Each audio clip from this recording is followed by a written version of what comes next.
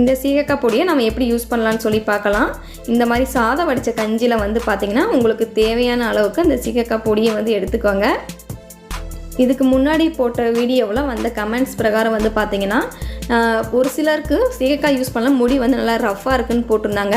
அப்படி இருக்கிறவங்க நீங்கள் இந்த கஞ்சி இருக்குல்ல, இதை வந்து பார்த்திங்கன்னா குவான்டிட்டி வந்து அதிகமாக எடுத்துக்கிட்டிங்க அப்படின்னா ஹேர் வந்து கொஞ்சம் சாஃப்டாக இருக்கும். இந்த சீகக்காய் பேஸ்ட்டை நல்லா கட்டி இல்லாத மாதிரி வந்து பார்த்திங்கன்னா நல்லா கலந்து எடுத்துக்கோங்க.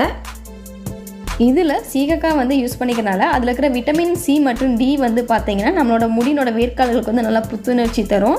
அடுத்தது இதில் இருக்கிற வெந்தயம் நம்மளோட உடம்போட சூட்டை வந்து குறைச்சிட்டு குளிர்ச்சியை வந்து நல்லா தரும். ஸோ அதனால் நமக்கு வந்து ஹேர் ஃபால் வந்து கம்மியாகும். அடுத்தது இதில் இருக்கிற பச்சை பயிறு விட்டமின் இ, பி மற்றும் டி வந்து பார்த்திங்கன்னா முடியோட வளர்ச்சி வந்து அதிகரிக்கும். இதில் பாருங்கள் நம்ம நல்லா கலக்கையே வந்து பார்த்திங்கன்னா சோப் நட்ஸ் யூஸ் பண்ணிக்க